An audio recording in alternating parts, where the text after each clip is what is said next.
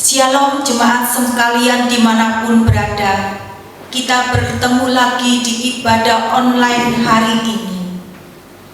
Biarlah kita tetap bisa hikmat dan tertib di dalam mengikutinya. Kami undang jemaat untuk berdiri. Kita bersama-sama menyiapkan hati kita mengambil waktu saat teduh.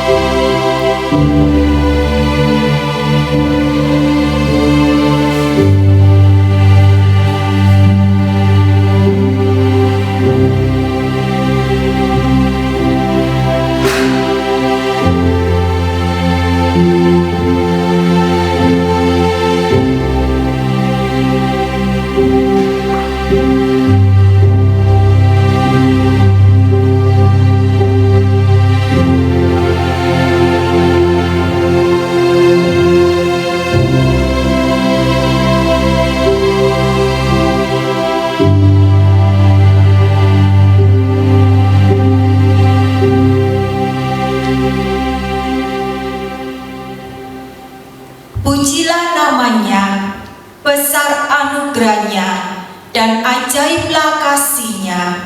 Percayalah Tuhan Allah hadir dalam rumah ini. Marilah kita sembah sujud, tunduk dan berbakti kepada-Nya.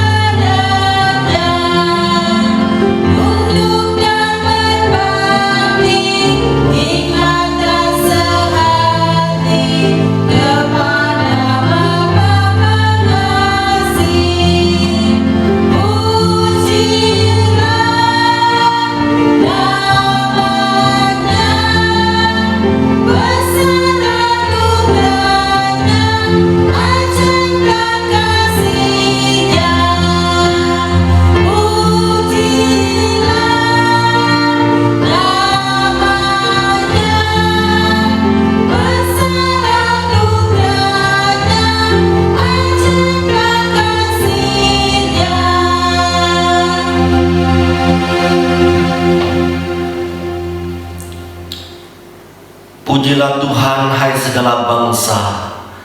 Megahkan Dia, hai suku-suku bangsa. Sebab kasih-Nya hebat atas kita, dan kesetiaan Tuhan untuk selama-lamanya. Kebaktian pada pagi hari ini secara online dimulai dengan mengaku kepada Allah sebagai pencipta langit dan bumi. Turunlah atas kamu sekalian anugerah, berkat dan damai sejahtera di dalam nama Allah Bapa, Allah Putra, dan Allah Roh Kudus, ketiganya yang esa. Amin. Silakan duduk.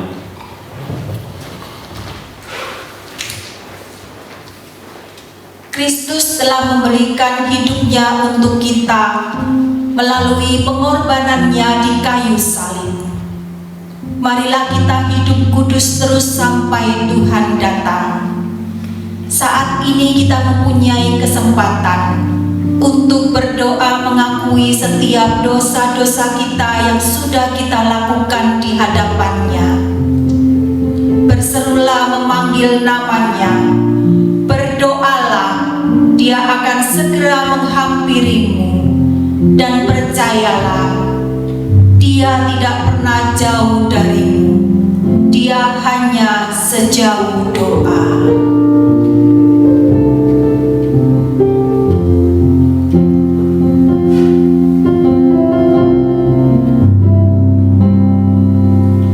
Bila sengsara menimpa ke atasku, bila kelam kabut tak menentu hidupmu, ingat masih ada seorang penolong bagimu. Dia tak pernah jauh darimu. Berseru dan memanggil namanya, berseru memanggil namanya, berdoa, dia akan segera menghampiri dirimu. Percaya, dia tak jauh darimu, dia hanya sejauh doa.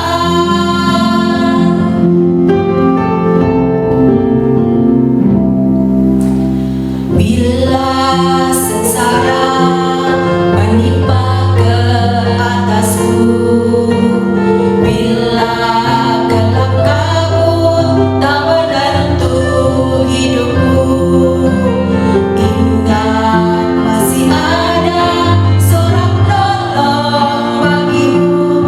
Dia tak pernah jauh darimu. Kami undang jemaat untuk berdiri, berseru memanggil namanya, berdoa, dia akan segera menghampiri dirimu. Percaya, dia tak jauh darimu, dia hanya sejauh doa. Musik menyanyikan lagu ini, jemaat kami ajak untuk berdoa secara pribadi di hadapan Tuhan. Jikalau ada kesalahan dan kelemahan dalam dirimu, berdoalah saat ini untuk memohon ampun di hadapannya. Percayalah bahwa dia hanya sejauh doamu saja. Jangan biarkan kelemahan dan dosa kita menghambat pada hari ini untuk menerima berkat melalui ibadah kita. Berdoalah, akuilah di hadapannya segala kelemahan.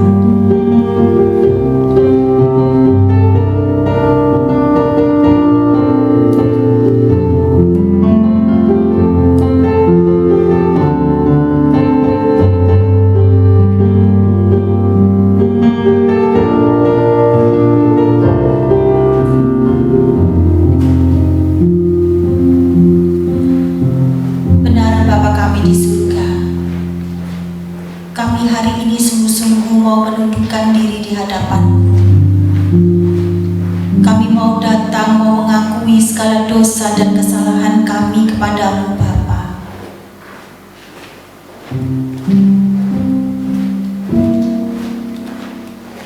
Kami mau berseru di hadapan-Mu Tuhan. Ampunilah segala dosa dan kesalahan kami. Ampunilah ya Tuhan, tak kala kami tidak bisa ya Tuhan berlaku benar dan jujur di hadapan-Mu. Padahal kami tahu Engkau merindukan kami untuk hidup kudus di hadapan-Mu, hidup benar di hadapan-Mu, karena Engkaulah Tuhan yang benar dan kudus adanya.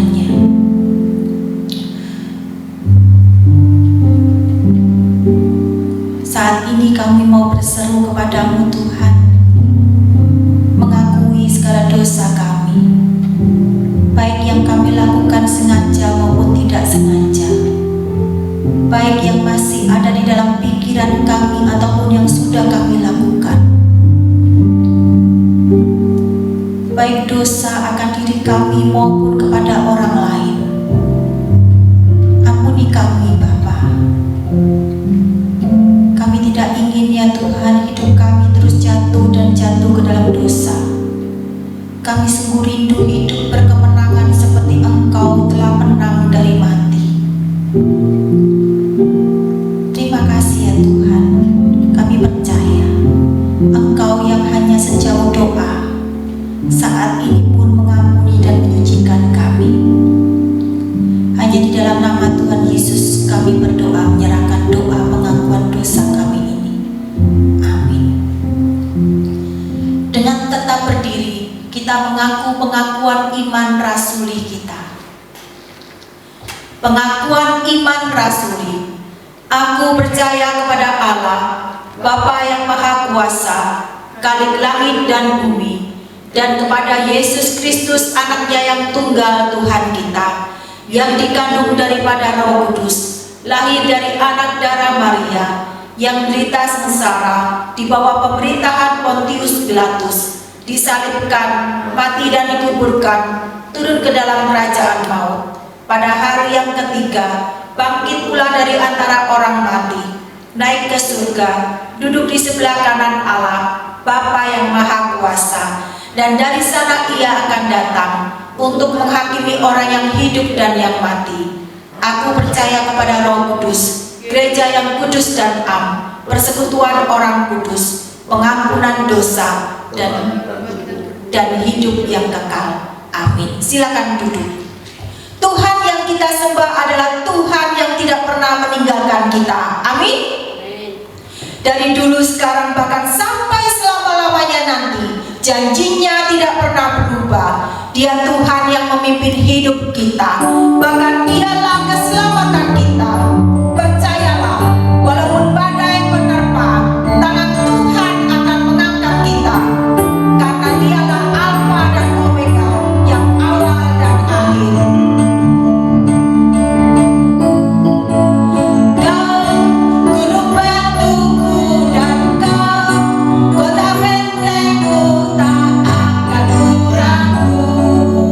Kau menjamin hidupku, kau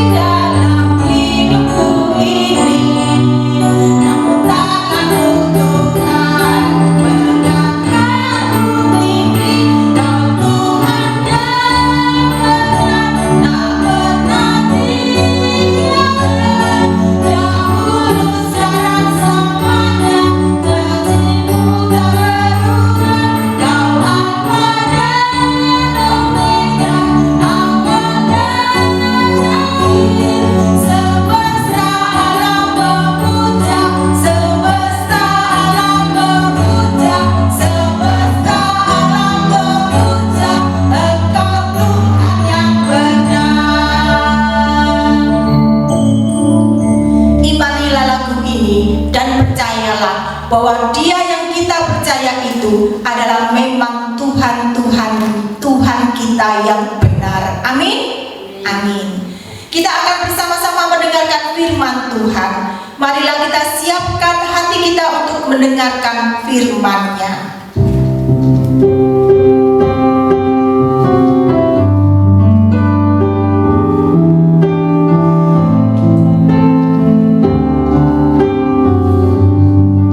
Kita siapkan hati kita. Ku siapkan hatiku Tuhan untuk dengar firman-Mu. Saat ini ku sujud menyembah-Mu Tuhan. Ku sujud menyembah-Mu Tuhan, masuk hadirat-Mu.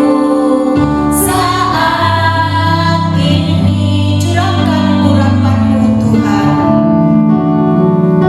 Curahkan urapan-Mu Tuhan bagi jemaat-Mu. Saat ini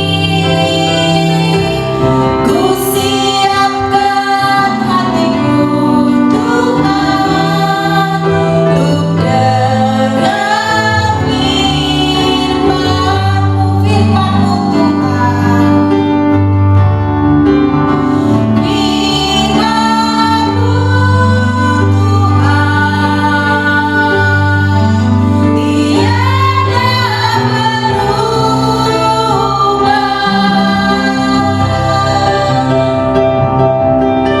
Dahulu, sekarang, selama-lamanya tiada berubah.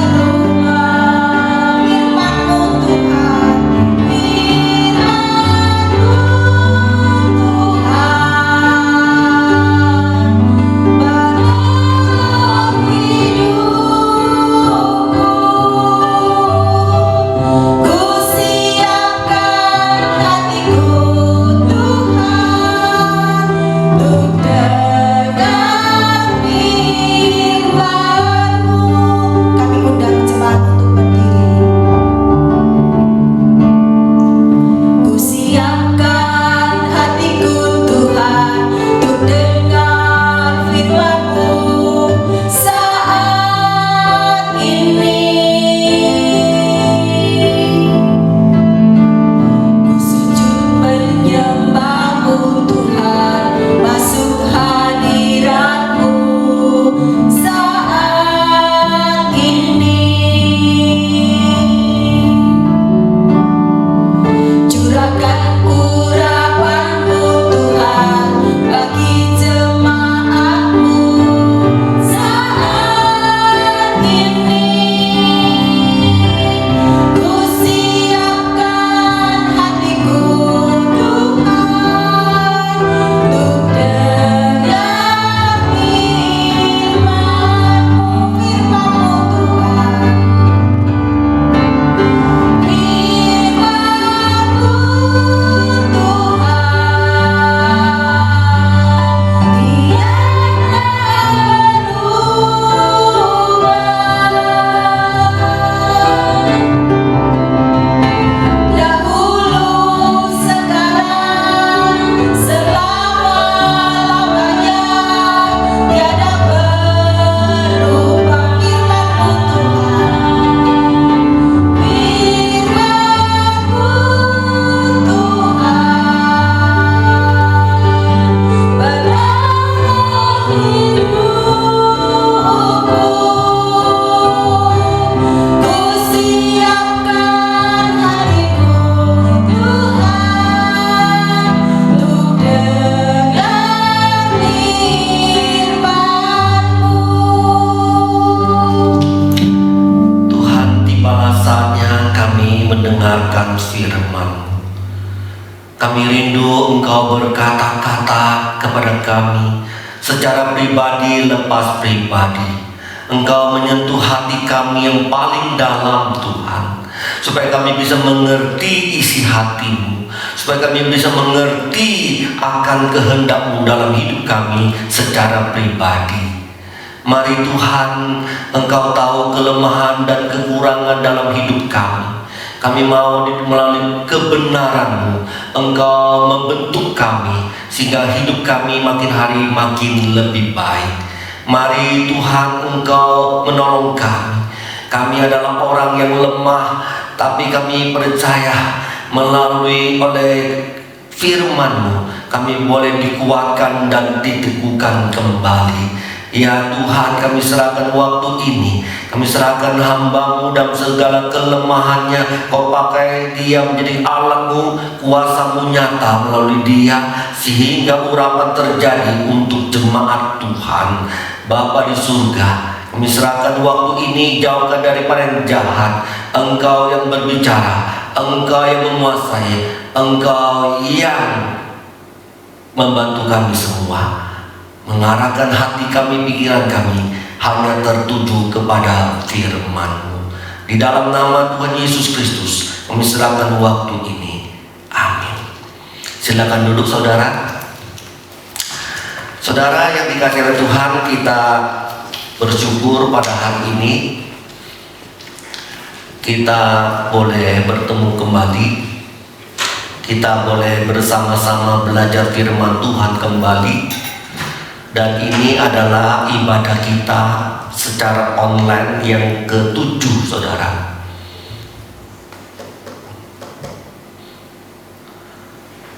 Saudara yang dikasihi oleh Tuhan, saya percaya jika jemaat semua ketika siapkan hati, ketika dalam suasana yang tenang, pastilah saudara akan diberkati Tuhan. Amin. Baik saudara, sebelum kita mengupas firman Tuhan lebih jauh, lebih dalam, mari kita membaca firman Tuhan di dalam 1 Raja-Raja pasal 19 ayat 1 sampai yang ke-15. 1 Raja-Raja pasal 19 ayat 1 sampai 15. Kita akan baca secara bergantian saudara. Ketika Ahab memberitahukan kepada Isabel segala yang dilakukan Elia dan perihal Elia membunuh semua nabi itu dengan pedang, maka Isabel menyuruh seorang suruhan mengatakan kepada Elia, "Beginilah kiranya para Allah menghukum aku, bahkan lebih lagi daripada itu, jika besok kira-kira pada waktu ini aku tidak membuat nyawamu sama seperti nyawa salah seorang dari mereka itu." Maka takutlah Elia, lalu bangkit dan pergi menyelamatkan nyawanya. Dan setelah sampai ke Berseba yang termasuk wilayah Yehuda, dia meninggalkan bujangannya di sana. Tetapi ia sendiri masuk ke padang gurun sehari perjalanan jauhnya, lalu duduk di bawah sebuah pohon ara. Kemudian ia ingin mati, katanya, "Cukuplah itu sekarang ya Tuhan, ambillah nyawaku, sebab aku ini tidak lebih baik daripada nenek moyangku." Sesudah itu ia berbaring dan tidur di bawah pohon ara itu. Tetapi tiba-tiba seorang malaikat menyentuh dia serta berkata kepadanya, "Bangunlah, makanlah." Ketika ia melihat sekitarnya, maka pada sebelah kepalanya ada roti bakar dan sebuah kendi berisi air. Lalu ia makan dan minum, kemudian berbaring pula.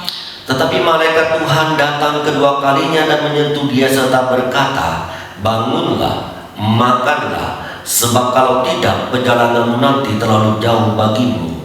Maka bangunlah ia lalu makan dan minum, dan oleh kekuatan makanan itu ia berjalan 40 hari 40 malam lamanya sampai ke gunung Tuhan, yakni Gunung Horeb. Ayat 9. Di sana masuklah ia ke dalam sebuah gua dan bermalam di situ. Maka Tuhan datang kepadanya demikian, "Apakah kerjamu di sini, hai Elia?" Jawabnya, "Aku bekerja segiat-giatnya bagi Tuhan Allah semesta alam, karena orang Israel meninggalkan perjanjianmu, meruntuhkan mezbah-mezbahmu, dan membunuh nabi-nabimu dengan pedang. Hanya aku seorang dirilah yang masih hidup, dan mereka ingin mencabut nyawaku. Lalu firman-Nya, keluarlah dan berdiri di atas gunung itu di hadapan Tuhan. Maka Tuhan lalu angin besar dan kuat yang membelah gunung-gunung dan memecah bukit-bukit batu mendahului Tuhan. Tetapi tidak ada Tuhan dalam angin itu. Dan sesudah angin itu datanglah gempa, tapi tidak ada Tuhan dalam gempa itu. Dan sesudah gempa itu datanglah api, tetapi tidak ada Tuhan dalam api itu.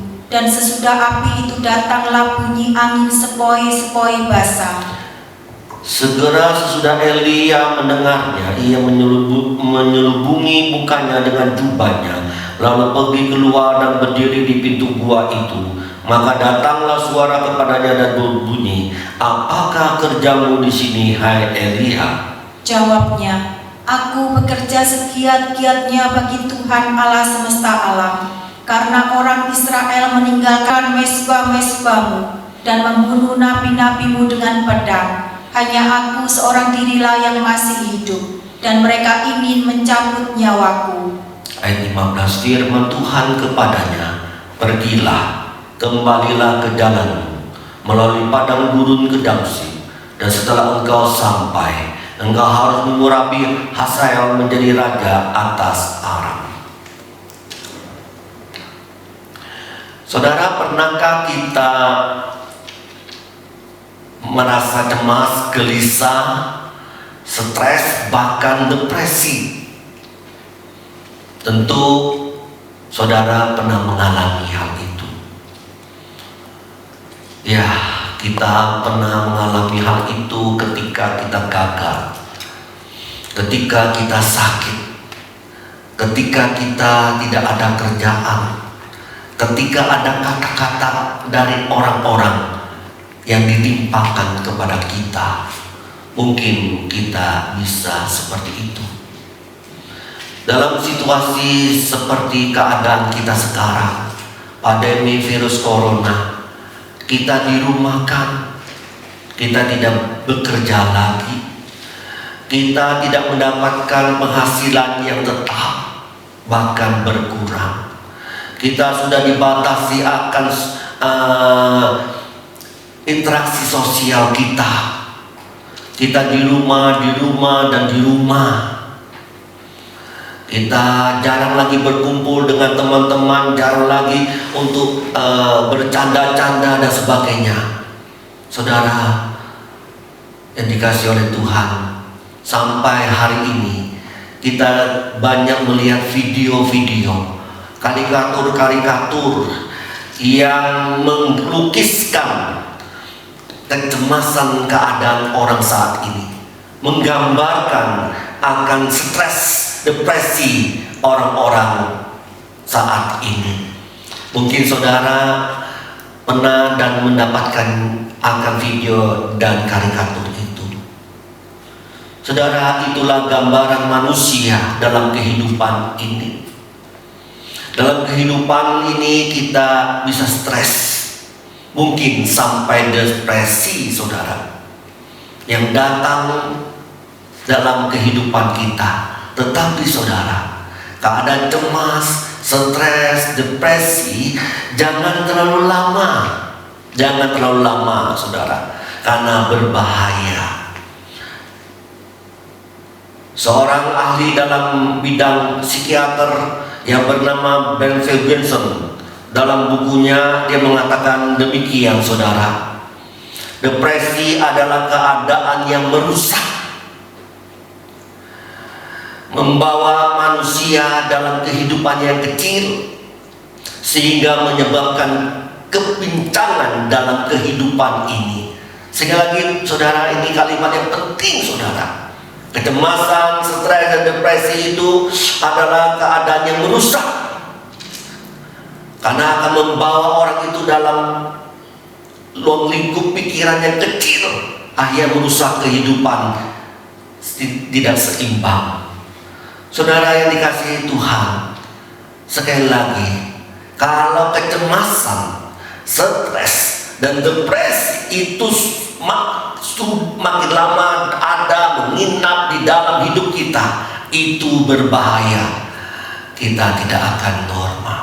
Dikatakan tidak seimbang dalam kehidupan kita. Itu dikatakan Profesor Ben Ferguson. Saudara yang dikasihi oleh Tuhan, hari ini saya membawakan suatu tema mengenai kecemasan, stres, depresi, supaya jemaat bisa tahu dan bisa mengatasinya dan bisa keluar daripada masalah itu. Jangan terus ada di dalamnya. Saudara, kita belajar dari Nabi Elia, Nabi yang besar, Nabi yang mengadakan pekerjaan Tuhan yang begitu besar, yang luar biasa, yang membangkitkan seorang anak janda hidup kembali. Ketika dia berdoa 3,5 tahun tidak turun hujan, maka tidak turun hujan, saudara. Ketika dia mengalahkan nabi-nabi Baal 450 orang, nabi-nabi Asyoret 400 orang, dia kalahkan, saudara. Bayangkan, siapa tidak kenal Nabi Elia, nabi yang besar, saudara. Tetapi saudara, nabi yang besar pun mengidap suatu kecemasan, suatu stres, bahkan depresi. Di ayat 4 di sana dikatakan, dia berkata kepada Tuhan, Tuhan, aku mati saja. Saudara, orang yang mengeluarkan kalimat, Tuhan, aku mati saja, cabut nyawaku, aku mau mati, itu menandakan adalah orang yang stres. Pakar-pakar daripada konseling, ahli psikologi, psikiater mengatakan ini dalam kondisi yang stres dan depresi, saudara. Saudara yang dikasih oleh Tuhan, kenapa Nabi Elia, nabi yang besar, saudara, bisa stres berat seperti itu? Kenapa? Hanya gara-gara sebuah kalimat dari seorang wanita yang bernama Isabel. Dalam ayat 2 di sana kan dikatakan apa? Jikalau besok kira-kira pada waktu ini aku tidak membuat nyawamu sama seperti nyawa salah seorang daripada mereka. Saudara, kalimat ini, saudara, ketika didengar oleh Nabi Elia, Nabi Elia begitu mengalami ketakutan. Dikatakan mengalami ketakutan yang sangat dalam, saudara. Kita bisa melihat ketakutan Elia yang sangat dalam. Ketika dia mendengar kalimat itu di dalam ayat 3, dia katakan dia bangkit. Dia pergi ke Betseba. Di sana dikatakan apa? Menyelamatkan diri. Saudara yang dikasihi Tuhan, dia waktu itu ada di Yeriel, saudara. Kemudian pergi ke Betseba.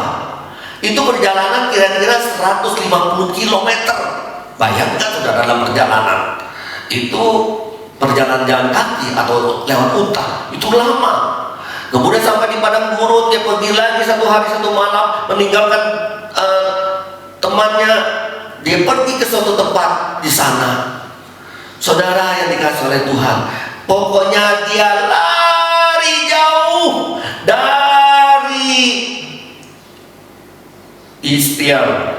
Saudara yang dikasih Tuhan, dia ingin meninggalkan jauh dari Isabel. Saudaraku yang dikasih oleh Tuhan, lari jauh menunjukkan adalah suatu ketakutan yang luar biasa.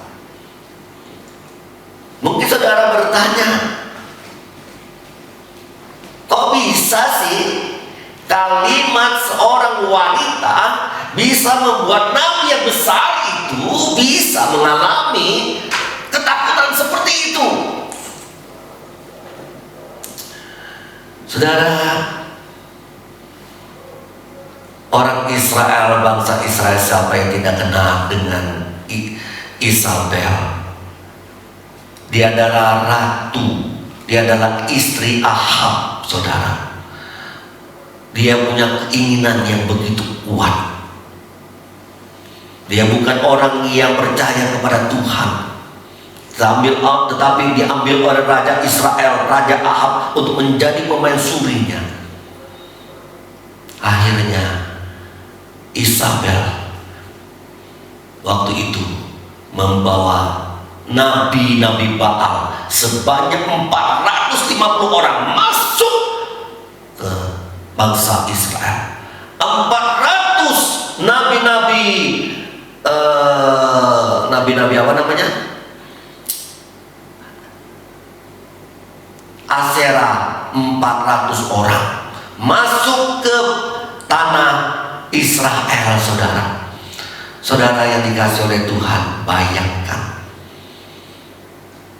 akhirnya mempengaruhi akan bangsa Israel untuk menyembah berhala. Akhirnya Raja Ahab pun menyembah berhala. Kekuatan dan pengaruh daripada Isabel begitu kuat, sampai-sampai orang berkata Ahab aja hanya sebagai bonekanya dia.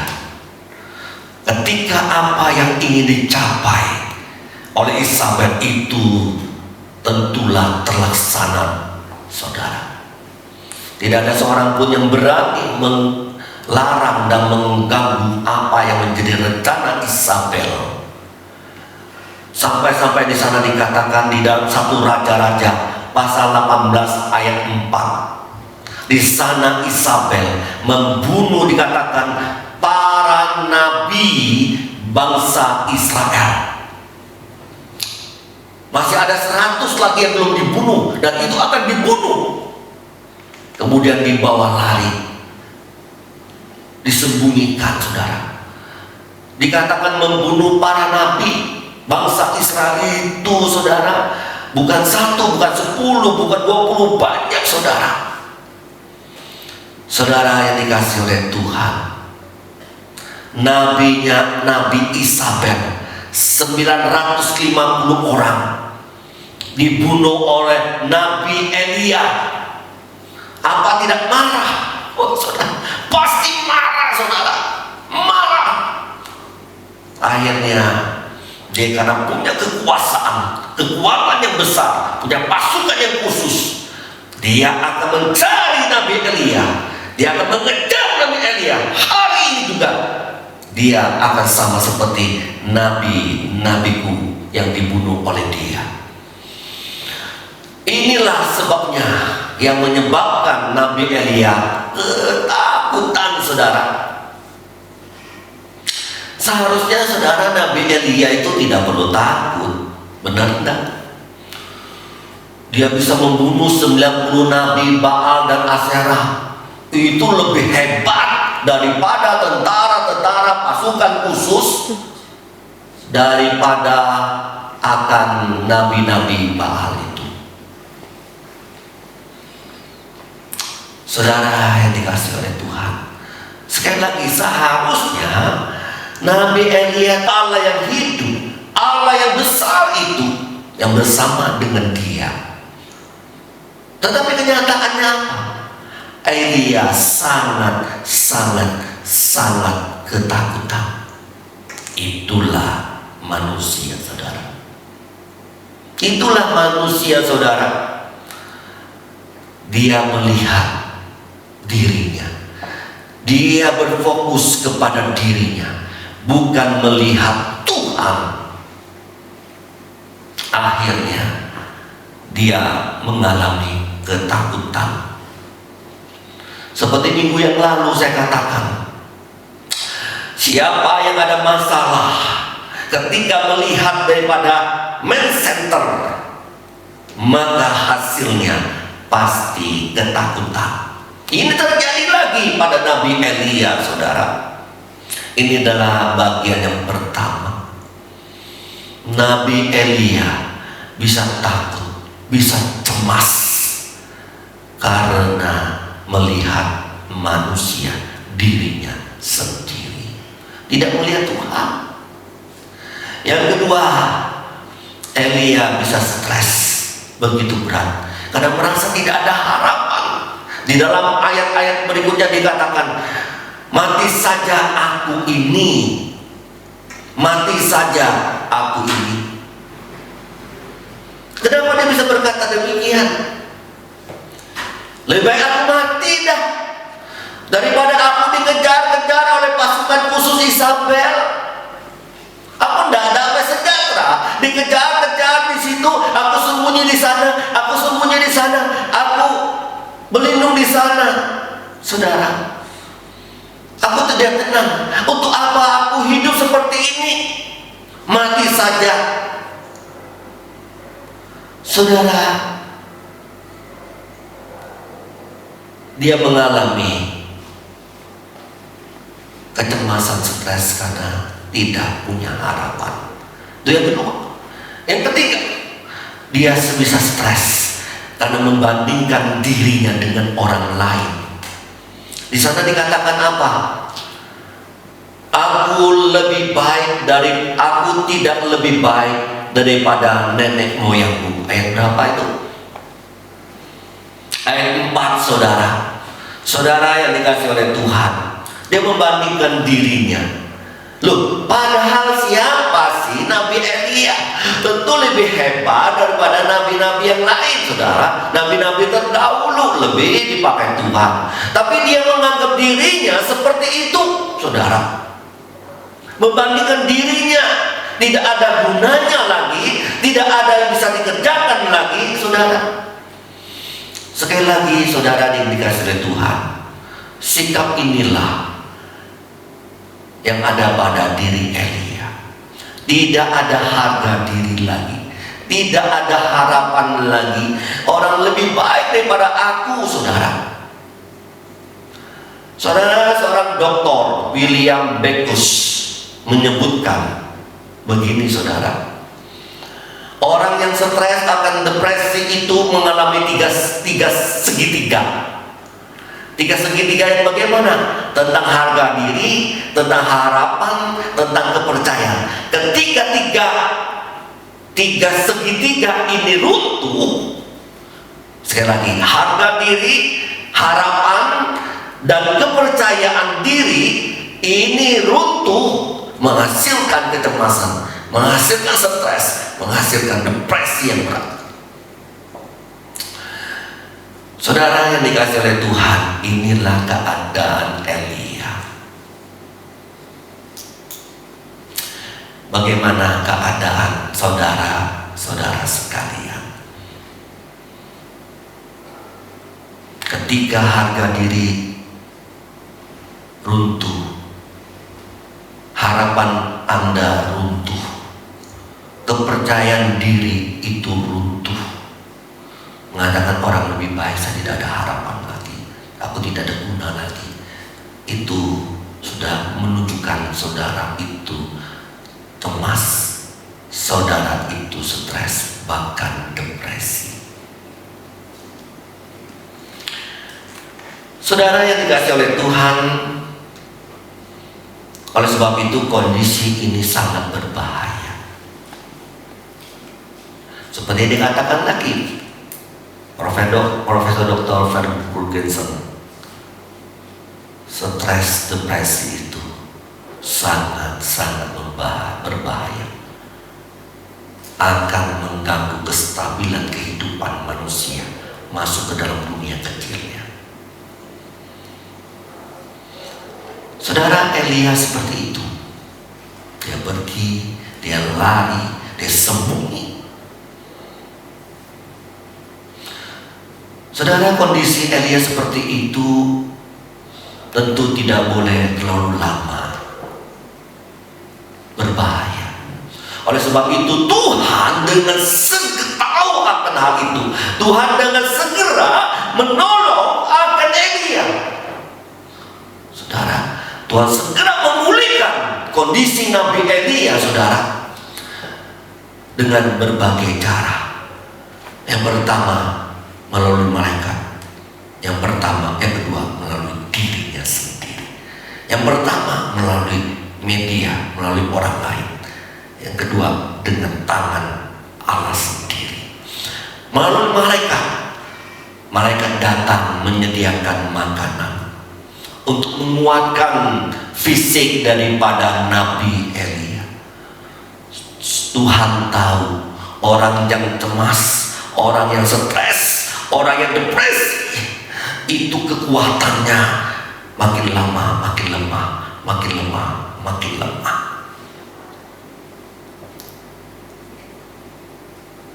Tuhan memberikan makanan melalui malaikat kepada dia supaya kuat, kondisinya tidak lemah, tidak sakit, dan tidak lebih buruk lagi. Supaya tidak lebih buruk lagi.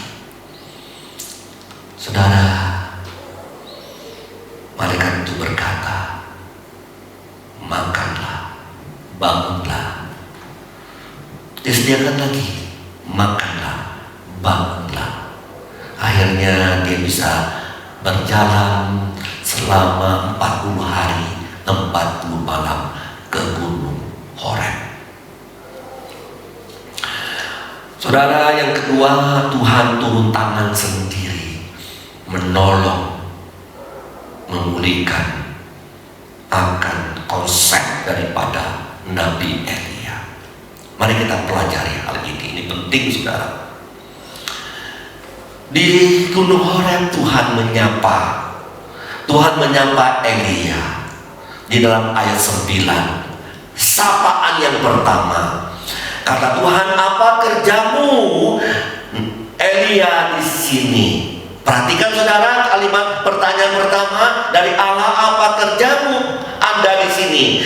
Jawab Nabi Elia, aku bekerja sekuat tenaga, aku bekerja segiat-giatnya bagi Tuhan, bagi engkau.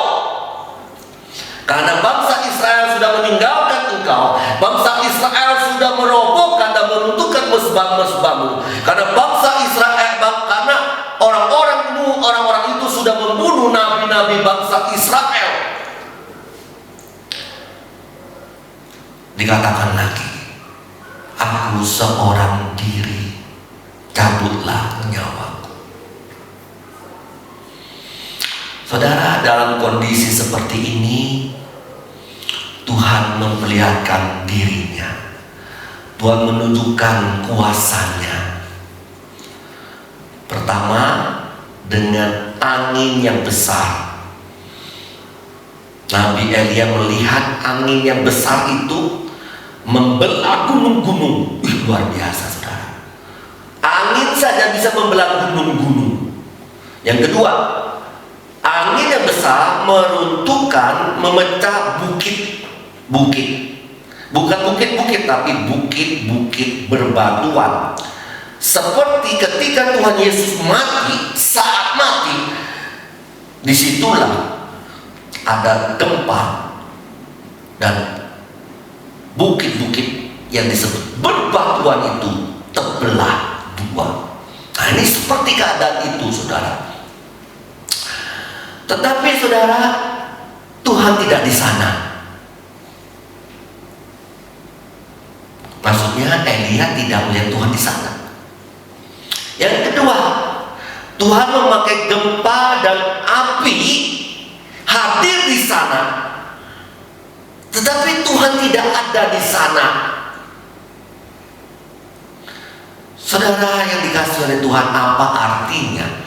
Ada angin yang besar, ada api, ada gempa, tapi Tuhan tidak di sana. Apa artinya, saudara? Saudara, Tuhan ingin menunjukkan, walaupun Tuhan tidak di sana, tapi kuasanya ada di sana. Saudara, ini yang dimaksudkan Tuhan untuk memberikan suatu paradigma kepada Nabi Elia. Tuhan tidak di sana, tapi kekuatan Tuhan, kuasa Tuhan ada di sana. Ini harus dimengerti oleh Nabi Elia dan kita sekalian, saudara.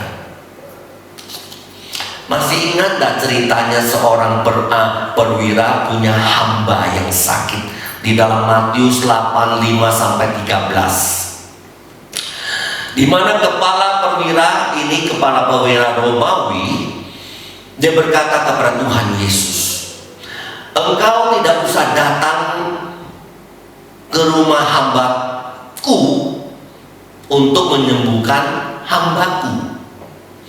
Tapi engkau dari sini saja, engkau berkata kepada hambaku di sana, engkau katakan sembuh."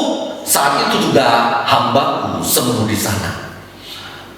Inilah maksudnya, Tuhan tidak hadir di sana, tapi kuasanya ada di sana dan kekuatan yang ada di sana.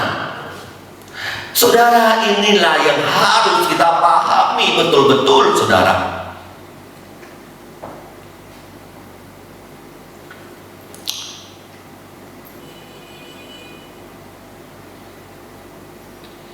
Baik, saudara.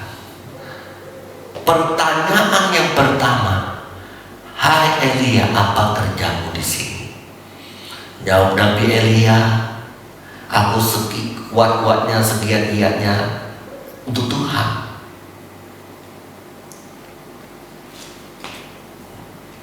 Memulihkan umat Allah,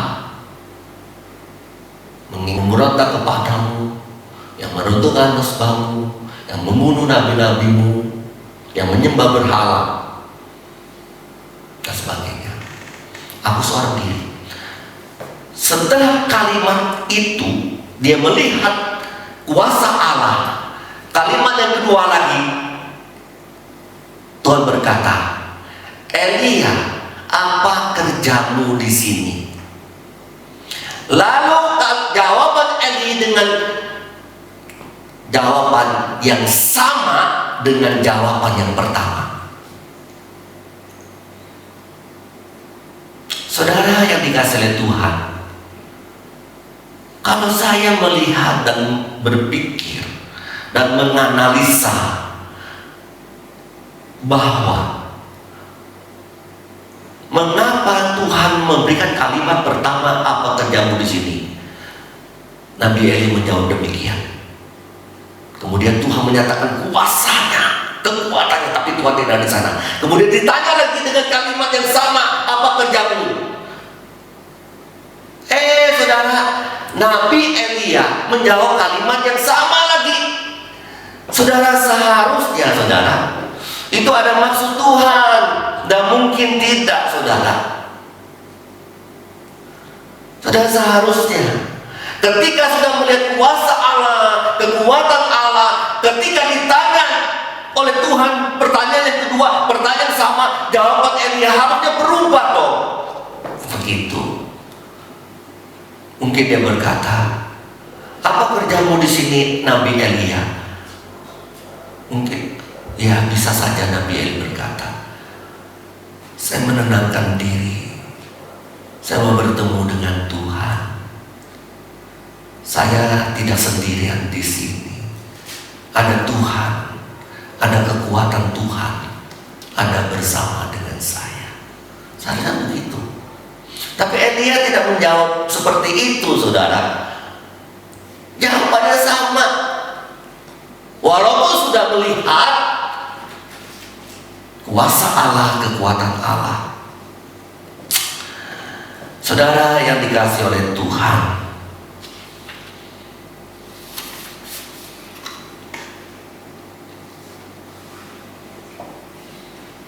Tuhan tidak pernah memaksa kita berubah. Sekali lagi, saudara, Tuhan tidak pernah memaksa kita berubah. Tapi Tuhan memberikan tanda kepada kita supaya kita mau berubah. Sekali lagi, ini penting, saudara. Tuhan tidak memaksa kita untuk berubah, tapi Tuhan memberikan tanda-tanda kehadirannya, kuasanya, kekuatannya, mujizatnya, itu supaya kita bisa berubah, lebih beriman, lebih taat, lebih mengasihi Dia. Saudara, banyak orang diberi tanda tapi tidak mau berubah. Diberi tanda tapi tidak mau berubah. Malahan minta tanda-tanda lagi dari Tuhan. Ini kan sama. Seperti orang-orang bertanya, Tuhan mana tanda-tanda? Aku minta tanda-tanda. Nggak usah, nggak perlu kasih kamu tanda. Tanda Yunus itu cukup bagimu. Saudara yang dikasihi oleh Tuhan, banyak tanda yang sudah Tuhan berikan kepada kita. Pakai tanda itu untuk membangun iman kita kepada Dia. Saudara yang dikasihi oleh Tuhan, akhirnya Tuhan memerintah Nabi Elia di dalam ayat yang ke-15. Nabi Elia, kembalilah ke posisi semula. Kembalilah kepada posisi semula. Kembalilah kepada aktivitas semula. Kembalilah kepada aktivitas semula. Kembalilah kepada misi, visi yang mula-mula. Kembalilah kepada visi dan visi yang mula-mula. Puji Tuhan, akhirnya Nabi Elia pergi, kembali ke jalannya, pergi melaksanakan tugasnya, kembali kepada aktivitasnya, kembali kepada pelayanannya, mengurapi akan Hazael menjadi raja atas Aram. Saudara yang dikasihi oleh Tuhan, dari sini saudara ada konsep yang penting yang harus kita pahami, saudara. Sekali lagi, ada satu hal yang kita harus perhatikan untuk membangun konsep hidup kita. Saudara, konsepnya apa? Pengutusan Tuhan tentu ada kuasa Tuhan yang meliputi mereka yang diutus. Sekali lagi saudara, kalimat ini penting. Pengutusan Tuhan tentu ada kuasa Tuhan yang meliputi mereka yang diutus. Ketika saudara diutus, saudara dipanggil, maka ada kuasa Tuhan meliputi, menaungi engkau di dalam setiap pelayanan, di setiap hidupmu. Saudara, puji Tuhan, Nabi Elia taat sesuai dengan perintah Tuhan. Akhirnya Nabi Elia, nabi yang tetap dipakai Tuhan, nabi yang tetap diurapi Tuhan, nabi yang tetap menjadi berkat bagi banyak orang. Saudara yang dikasihi oleh Tuhan, inilah yang kita pelajari hari ini. Dalam hidup ini, kita yang salah, kita yang benar, bisa cemas, bisa stres, bisa depresi, saudara. Kalau segitiga ini runtuh, tidak ada harapan lagi, tidak ada harga diri lagi, tidak akan melihat diri sendiri lagi lebih baik, dan tidak melihat Tuhan,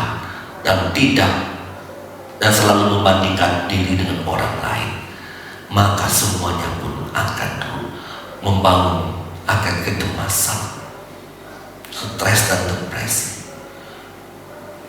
Bukan orang sakit bisa stres, orang kaya bisa stres, orang sehat bisa stres. Saudara yang dikasihi oleh Tuhan, semua orang di dalam segala kondisi bisa mengalami hal ini. Tetapi saudara, dalam kondisi seperti ini jangan lama-lama. Berbahaya saudara, merusak keseimbangan kehidupan kita, akan masuk dalam dunia kecil kita. Habis dah. Kita tidak akan melihat masa depan lagi, kita tidak akan bersemangat lagi, kita kehilangan misi, kita kehilangan visi dalam hidup ini. Saudara, Tuhan selalu membangkitkan. Tuhan tidak pernah membiarkan umatnya, anak-anaknya dalam kondisi-kondisi seperti itu. Dia ingin membangkitkan kita, Ia menolong kita, Ia akan memulihkan kita. Masalahnya adalah, apakah kita mau ikut cara Tuhan, taat seperti Nabi Elia untuk kembali dipulihkan, kembali semangat. Saudara yang dikasih oleh Tuhan, bangkitlah, pulihlah, kembalilah bersemangat. Tuhan Yesus kita hidup, Tuhan Yesus kita berkuasa.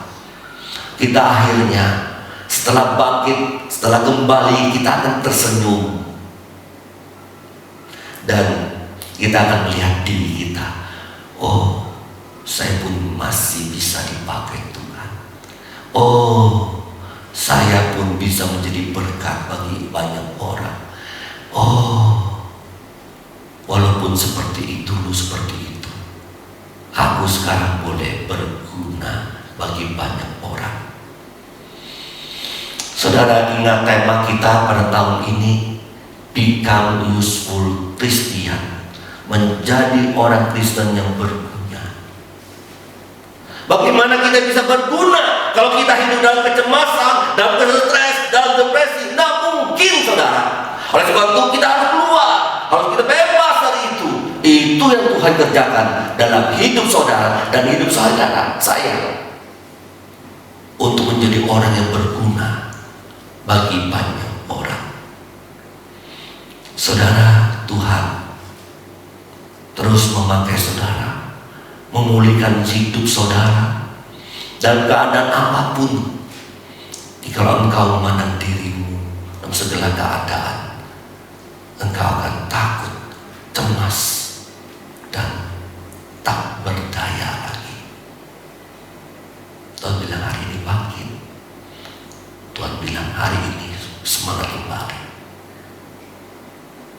Tuhan akan memulihkan engkau dan menolong engkau, memakai engkau menjadi become useful Christian. Tuhan memberkati. Mari kita berdoa. Bapa di surga, kami bersyukur kepadamu untuk firman-Mu yang sudah Engkau nyatakan kepada kami. Engkau ajarkan kepada kami untuk bangkit, untuk pulih, semangat kembali dalam visi misi dalam hidup kami, untuk mengerjakan pekerjaan Allah, untuk melakukan suatu yang berguna hidup kami bagi orang lain, untuk menjadi berkat bagi banyak orang. Tolong ya Tuhan, Engkau Allah yang baik. Engkau pasti menolong kami ketika Engkau memanggil kami di tengah-tengah dunia ini. Engkau pasti memberikan, menyertakan kuasa-Mu, anugerah-Mu kepada kami. Engkau tidak pernah membiarkan kami sendiri. Terima kasih Bapa. Urapi setiap jemaat Tuhan yang ikut pada pagi hari ini, yang mendengarkan firman Tuhan hari ini. Tuhan, pulihkan kembali untuk menjadi alat-alat-Mu. Dalam situasi kondisi seperti ini, Bapa, mungkin mereka takut dan cemas, tapi itu tidak boleh terjadi dalam hidup mereka, karena ada Tuhan yang hidup, Allah yang berkarya, yang menolong tepat pada waktunya. Bapa, anak-anak-Mu tidak pernah Engkau tinggalkan dan tidak pernah Engkau biarkan. Kami percaya itu Tuhan. Berkati kami sekalian. Kami bersyukur untuk segala berkat-Mu dalam nama Tuhan Yesus Kristus. Amin.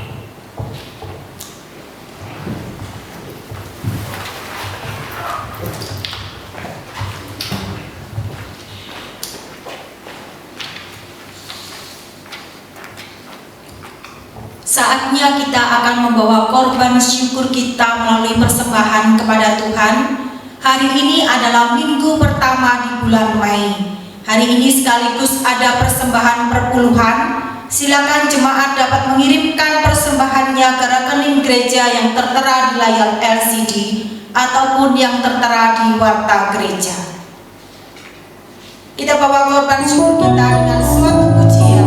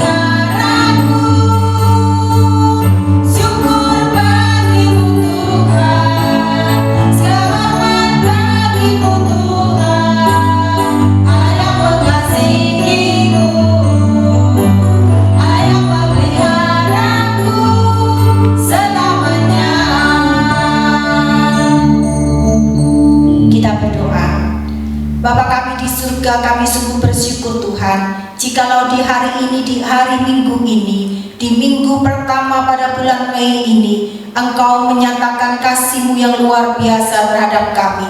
Kami boleh beribadah, kami boleh mengucap syukur kepadamu. Kami pun saat ini membawa korban persembahan kami kepadamu. Terima kasih ya Tuhan untuk setiap berkat-berkat yang Kau berikan kepada kami. Bukan hanya berkat materi, berkat jasmani pun Engkau sediakan bagi kami. Baik itu kesehatan, baik itu apapun di dalam hidup kami ya Tuhan. Kami sungguh bersyukur untuk hal ini ya Bapa. Saat ini pun di minggu yang pertama ini, Engkau memberikan kesempatan kepada kami, mengingatkan kami untuk tak lupa memberikan yang menjadi hak-Mu, yaitu persepuluhan kami. Biarlah Tuhan terimalah semua persembahan kami ini Tuhan, baik yang sudah kami kirimkan melalui rekening gereja maupun yang akan kami berikan ya Tuhan. Biarlah Engkau sucikan dan kuduskan, boleh dipakai untuk pengembangan pekerjaan Tuhan di tempat ini. Kami menyerahkan semuanya ini kepada-Mu Bapa. Saat ini kami juga berdoa, menyerahkan untuk beberapa pokok doa kami. Kami berdoa menyerahkan untuk vaksin daripada virus corona ini ke dalam tangan-Mu. Biarlah Tuhan memberikan hikmat bagi setiap ahli-ahli yang menelitinya. Biarlah Tuhan sendiri yang memberikan pencerahan bagi mereka, sehingga mereka boleh menemukan vaksin ini seturut dengan kehendak-Mu. Tuhan, biarlah Tuhan virus corona yang terjadi di seluruh dunia ini cepat berakhir dan boleh selesai ya Tuhan, sehingga kami boleh melakukan aktivitas kami seperti biasa dan dengan tenang hati. Kami juga terus berdoa menyerahkan untuk setiap kegiatan daripada gereja-gereja yang melakukan online ibadah di seluruh dunia ini kepada-Mu ya Tuhan.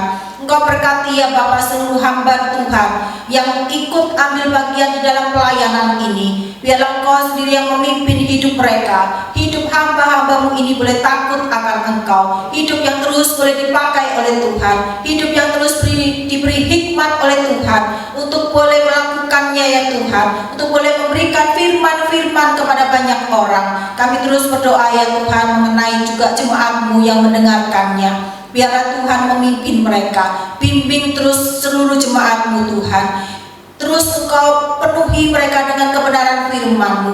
Berikan bagi mereka hati yang rindu untuk terus merasakan hadirat Tuhan di dalam kehidupan mereka. Mereka boleh bersungguh-sungguh di dalam ibadah online mereka. Mereka boleh mengajak keluarga mereka untuk bersehati di dalamnya, mendidik dan mengajar. Terutama Tuhan kami berdoa kepada setiap kepala-kepala keluarga, yaitu bapak-bapak yang ada di rumah masing-masing. Biarlah mereka terus menjadi contoh teladan bagi keluarganya. Boleh saat ini dipergunakan dengan sebaik-baiknya membimbing anak dan cucu mereka untuk boleh dekat kepada Tuhan, untuk boleh beribadah dengan sungguh-sungguh di hadapan Tuhan.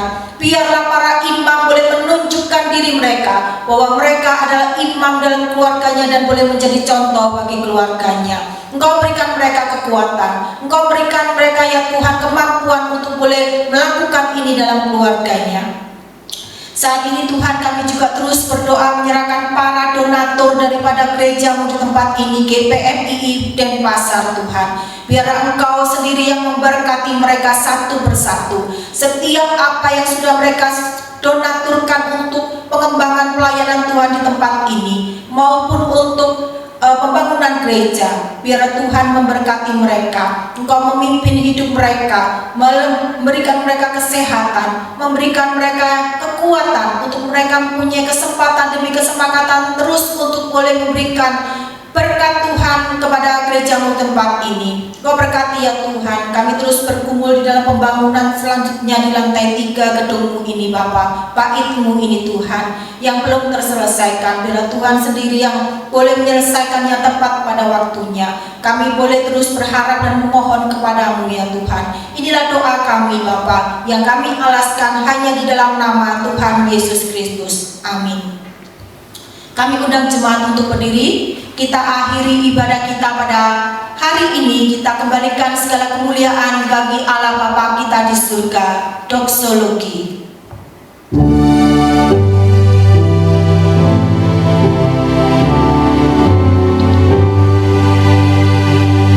Puji